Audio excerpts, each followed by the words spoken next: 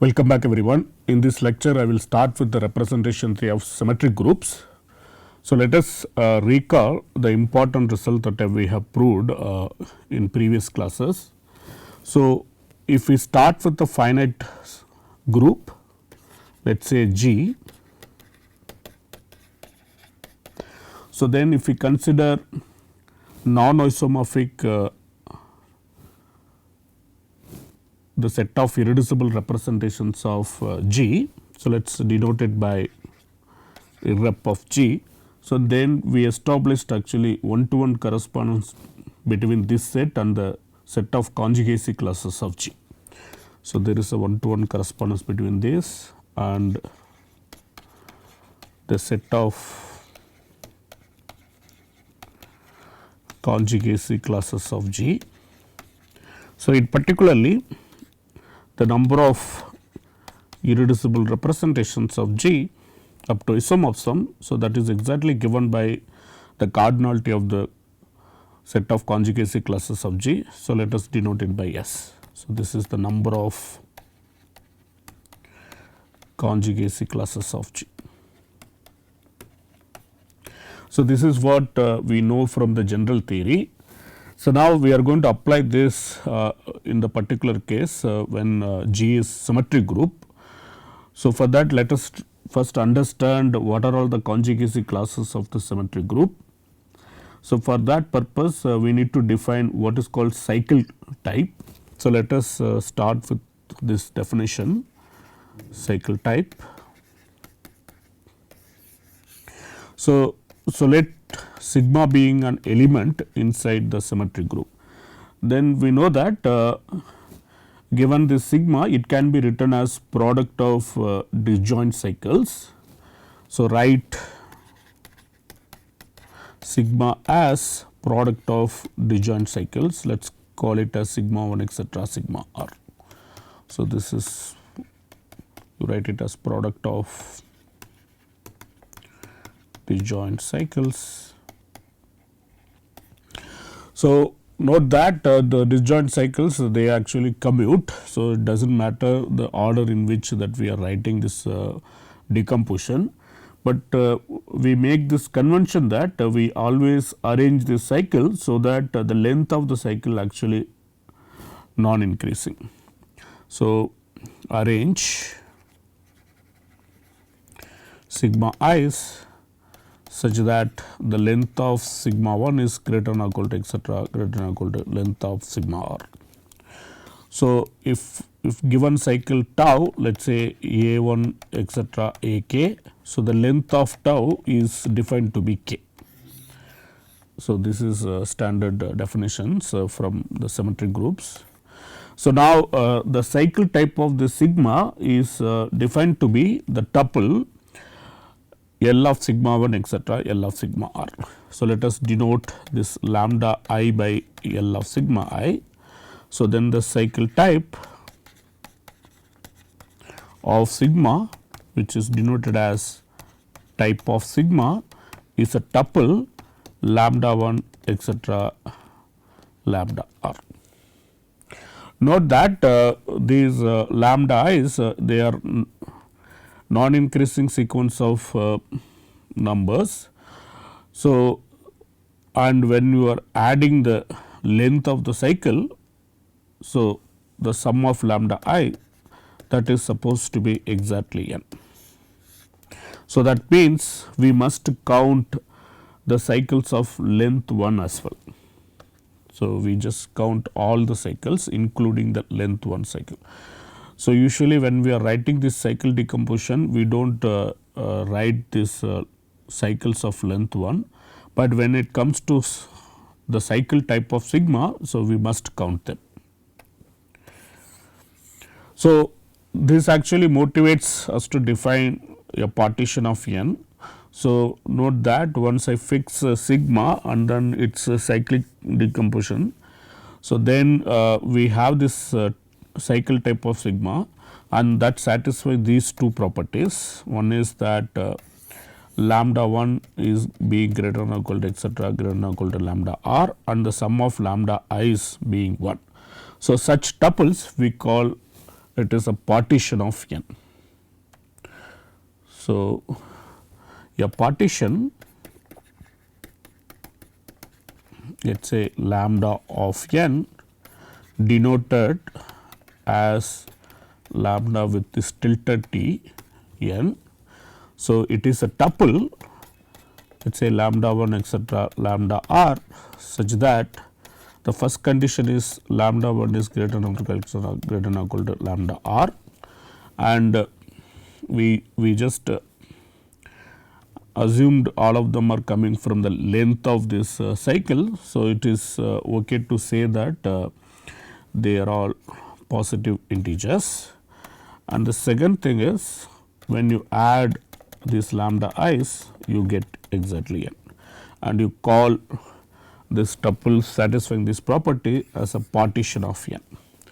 And we are interested in the set of partitions of n, and in particularly in the number of partitions of n.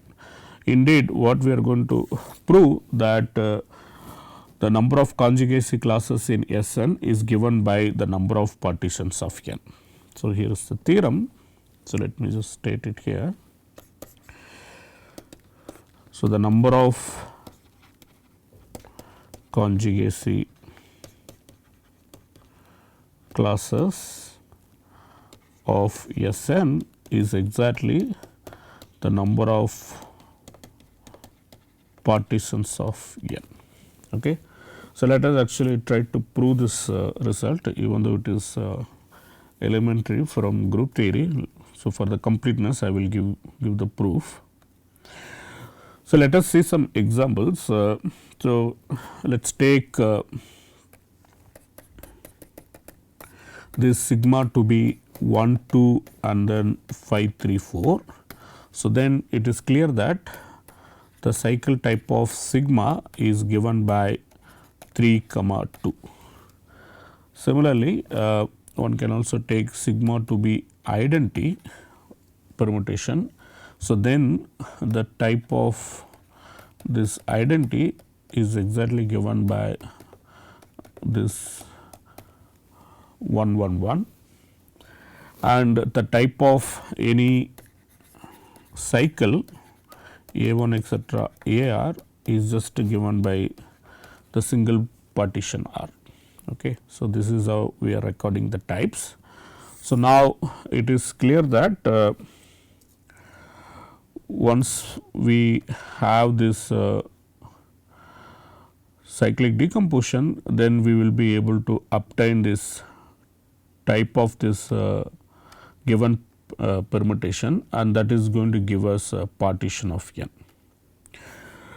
Okay. So, now let us actually focus on proving the main result, that the number of conjugacy classes in Sn is given by the number of partitions. So, for that first we need to understand when two permutations are conjugate, and it is not difficult to see that two permutations are conjugate if and only if they have same cycle time. So, let us actually prove this. So, here is a small proportion. So, we take tau and sigma as elements of the symmetric group. So, then we see that sigma is conjugate to tau if and only if that the type of sigma is same as the type of tau. Okay. So, one way, the both ways are actually obvious, but one way follows from the following observation. So, if we take a cycle and then the conjugate that cycle with some element, then observe that we get same type cycle. So, more precisely, so let pi being an element of Sn. So, this I am going to leave it as exercise, and look at the conjugate pi, conjugate of some cycle k cycle with respect to this element pi.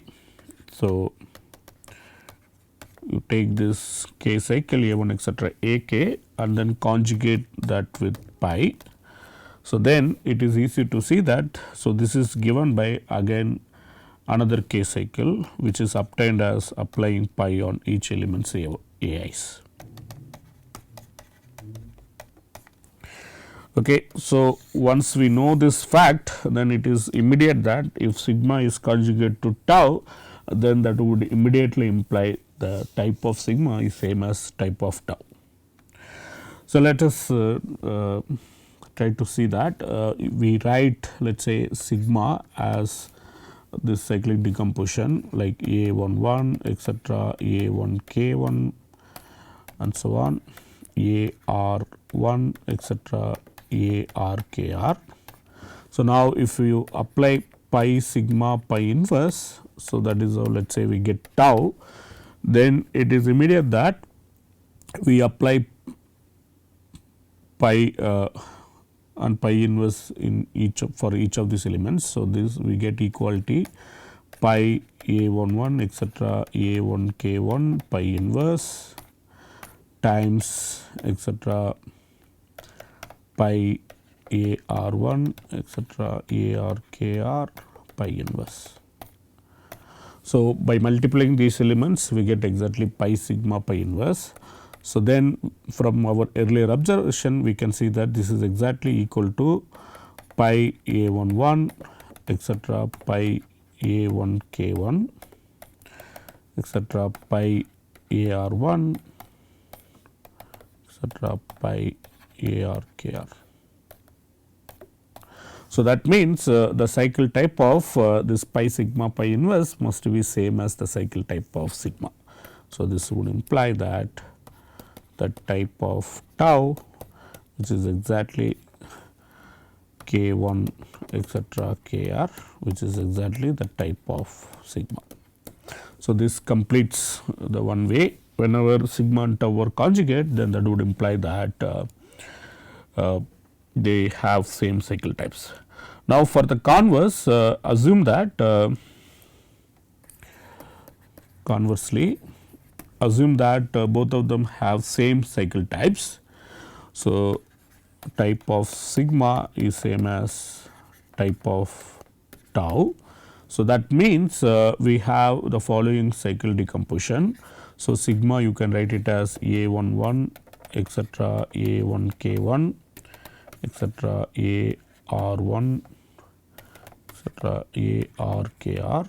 Similarly, tau as well you write it as some B11 etcetera, B1K1, BR1 etcetera, BRKR. So, now since they have same cycle types, so the length of these cycles they have to match. So, we assume that the cycle types is given by K1 etcetera, KR, and note that K1 should be greater than or equal to KR. So, this is the assumption. So, now with this assumption, so we have the following way of writing sigma and tau. So, now what we do, we just choose pi from the symmetric group such that it maps Aij to Bij. So, you choose a pi, so that just maps this A11 to B11 and A1K1 to B1K1 and so on. So, choose pi in Sn such that pi of Aij is given by Bij for all ij. So, then it is clear from our earlier argument that pi sigma pi inverse is exactly given by tau. Okay, and such choice is always there, like that is easy to verify. I will leave it to check that such pi can be chosen. So, that actually tells us that if sigma and tau they have same cycle type, so then they must be conjugate. So, that means the conjugacy classes indeed indexed by the cycle types. So, but cycle types clearly they are nothing but partitions of n. So, that implies that the number of conjugacy classes of Sn is same as the number of partitions of N. So, we have this result, and from our general theory, then we know that this is same as the number of irreducible representations of Sn up to isomorphs. Okay, so now what we want to do, we want to construct all possible irreducible representations of Sn using this observation. For that purpose, instead of working with partitions, we slightly change our way of looking at partitions. So, the diagram interpretations of partitions given by Young diagrams, so that actually helps us in order to do that. So, we use these Young diagrams to actually denote these partitions, and using that interpretation we will be able to actually easily construct all possible irreducible representations of the symmetric group. So, this diagram interpretation is much more helpful, and visually one can actually see things using the diagrams. So, for that let us start with the definition of Young diagram. So, and as far as these Young diagrams and partitions are concerned, it is different way of writing. Okay, there is a natural one-to-one correspondence between them. So, what we do, we start with let us say partition of N. So, let us write this as lambda 1 etc. lambda r. So, then we know that all these lambdas are all positive integers such that their sum is equal to n. So, now what we do, given this partition, so we associate a diagram, and let me just draw the diagram. So, it consisting of boxes. So, in the first row we place lambda 1 boxes. So, let us keep this lambda 1 boxes here in the first row, and all boxes are left adjacent, that means it has to start from here. In the second row we keep lambda 2 number of boxes. So, here in the second row we keep lambda 2 number of boxes, and so on. At rth row we keep lambda r number of boxes. Okay, so, basically the Young diagram consisting of r rows of these boxes. So, here r number of rows are there, and each row from the top to bottom consisting of first row consisting of lambda 1 boxes, second row consisting of lambda 2 boxes, and so on. So, that means the number of boxes in this Young diagram is exactly equal to the lambda 1 plus etc. plus lambda r, which is exactly n.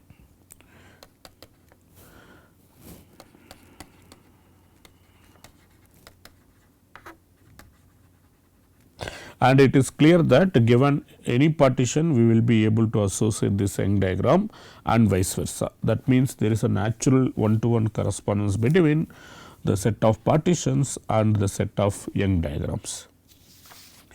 So, now let us see some example. So, this also you can actually identify it as some subset of R2, but anyway this diagram interpretation is very clear. So, we will stick with this. So, for example, if I take the partition of 4 which is 3 1, then what we do, we keep first 3 boxes in the first row and then 1 box in the second row. For example, if we take mu to be 2 2, again partition of 4, then we keep 2 boxes in the first row and then 2 boxes in the second row.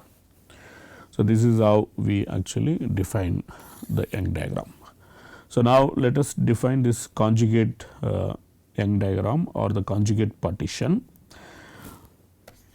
So, here is the conjugate partition or the diagram.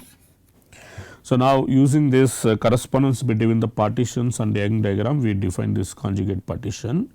So, let us fix lambda to be partition of n.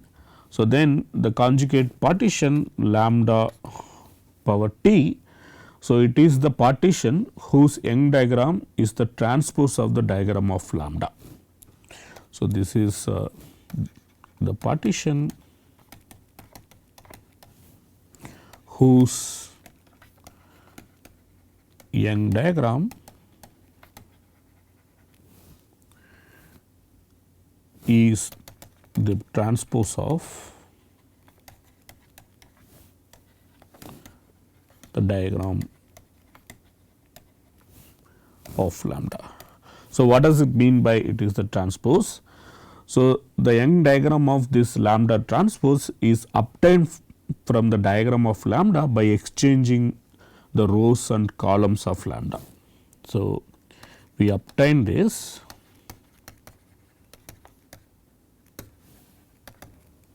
from the Young diagram of lambda by exchanging rows and columns.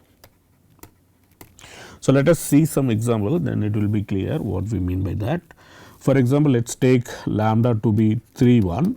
So, then we have this following diagram. So, now what we do, we just tilt this. So, we want to change rows and columns. So, the lambda transpose. So, you take this diagram and then change it to like, so this is row and this is again row, this should be changed to column. So, that means, so the first row of this transpose is going to be this part and the second row is just you keep it as it is. So, this one is going to be here and then this one is going to be here. So, what we get at the end is these 2 boxes in the first row and these 2 will be kept in the second and third. That means, the lambda transpose is just given by 2 1 1. So, this is how we define the transpose of given Young diagram, and that actually gives us what is called this conjugate partition. So, now we are going to introduce on ordering on these partitions. So, which is given by this what is called dominance ordering. So, let us fix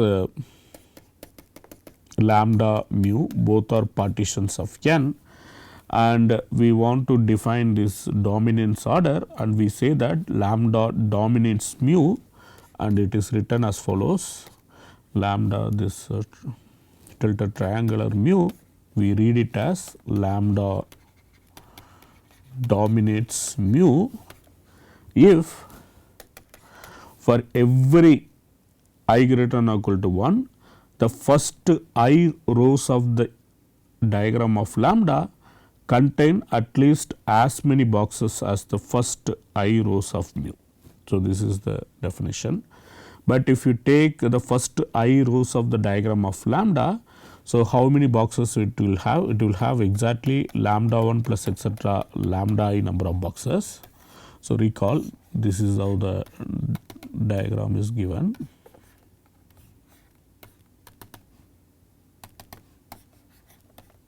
So, now here you have lambda 1 boxes, here you will have lambda 2 boxes.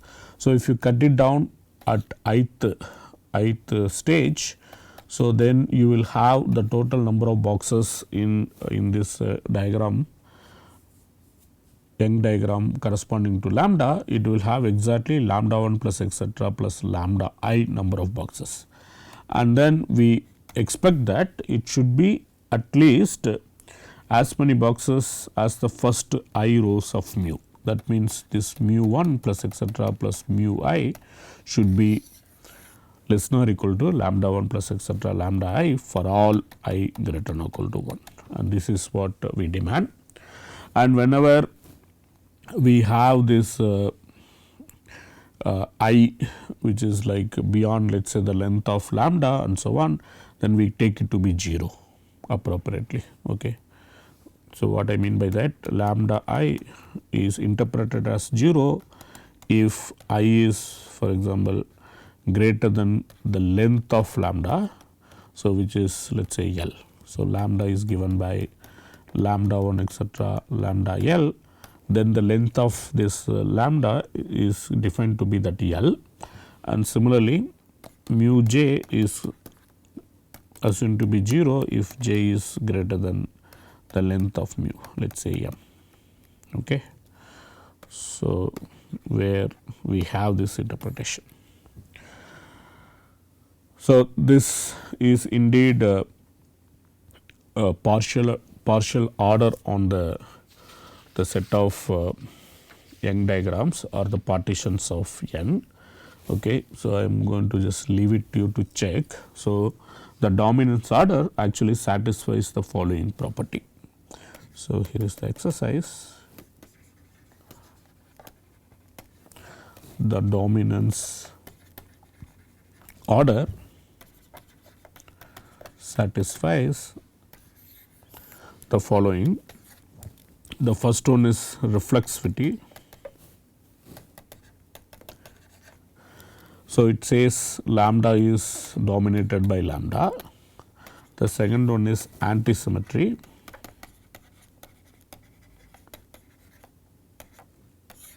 That means, whenever lambda dominates mu and mu dominates lambda, that should imply that lambda equal to mu.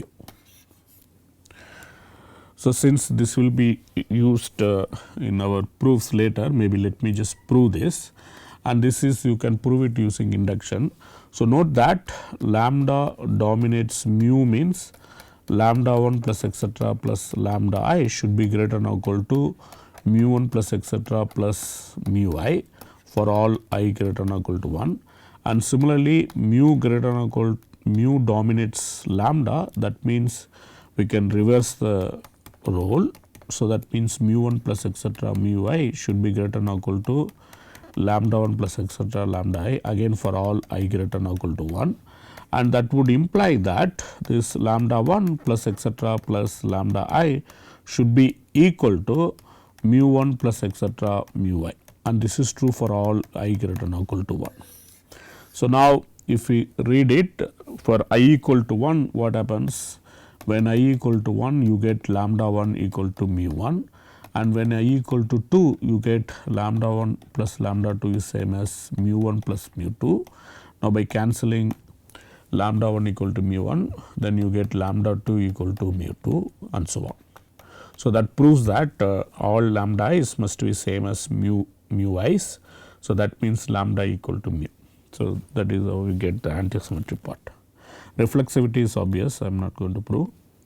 Similarly, one can prove that it has transitivity property. So, the third property is transitivity. So, that means if lambda dominates mu and mu dominates rho, that would imply that lambda dominates rho. So, that means the dominance order on set of partitions, so that is indeed partial order, and we will be interested in this partial order very much. So, for example, if we take the partitions of 4, so we have the following relations. So, this partition of 4 which has this single row 4 which dominates this following partition, and which indeed again dominates the following partition and so on.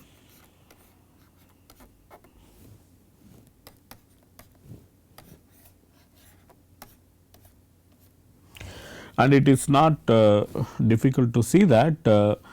So, every time we look at the immediate element which is lower than the given partition, that is obtained by removing one box from a row and then adding that box to some lower row in some appropriate position. Okay. So, for example, I can't remove this and add it here, but I can remove, I can actually remove this and then add it here. Okay. So, maybe I will leave it to you to think about it. The exercise is that an immediate lower partition is obtained as follows. An immediate lower partition is obtained by moving one box from row I to a lower row j in some appropriate position. Okay. So, you obtain always this by moving one box from row I to a row again lower row j, and of course, this should be done at appropriate positions.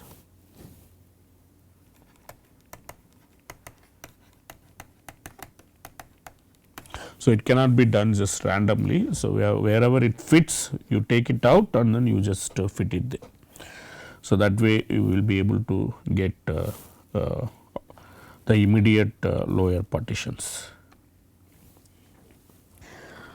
So, now let us define the Young tableaus, which are the most important objects in order to actually define these the irreducible representations of symmetric group.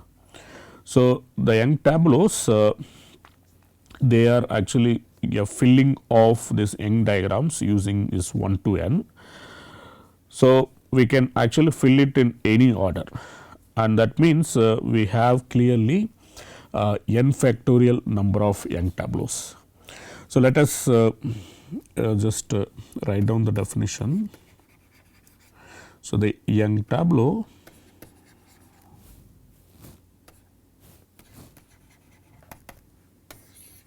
so let us do some example, then it will be clear.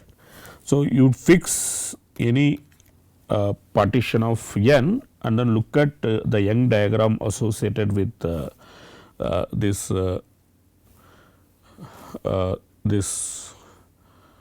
lambda.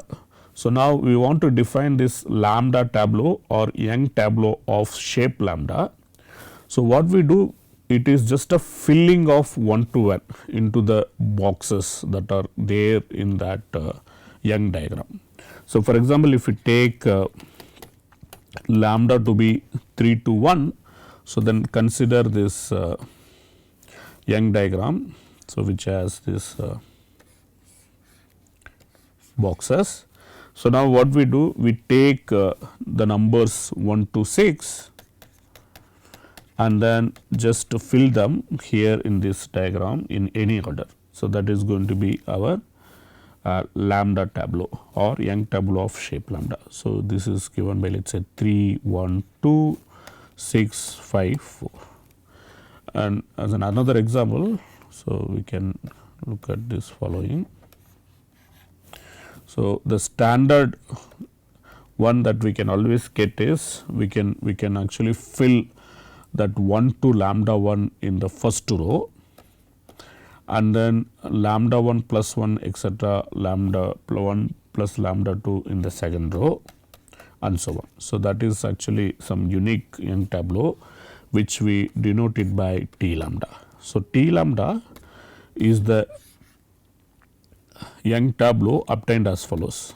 What you do? We just fill 1 to lambda 1 in the first row and in the second row we take lambda 1 plus 1 etc. lambda 1 plus lambda 2 and so on. And this standard unique Young tableau is actually denoted by T lambda.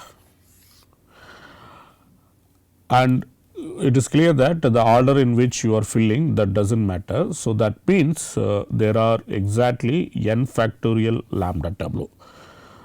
So, because we have n boxes and we are just filling the numbers 1 to n and we can fill it exactly using n factorial ways. Okay. So, this many number of lambda tableaus are there.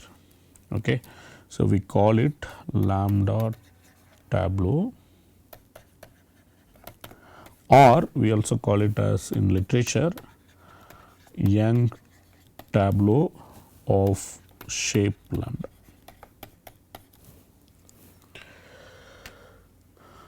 Okay, so I will stop with this. Again, I need some more definitions in order to actually construct the irreducible representations of the symmetric group.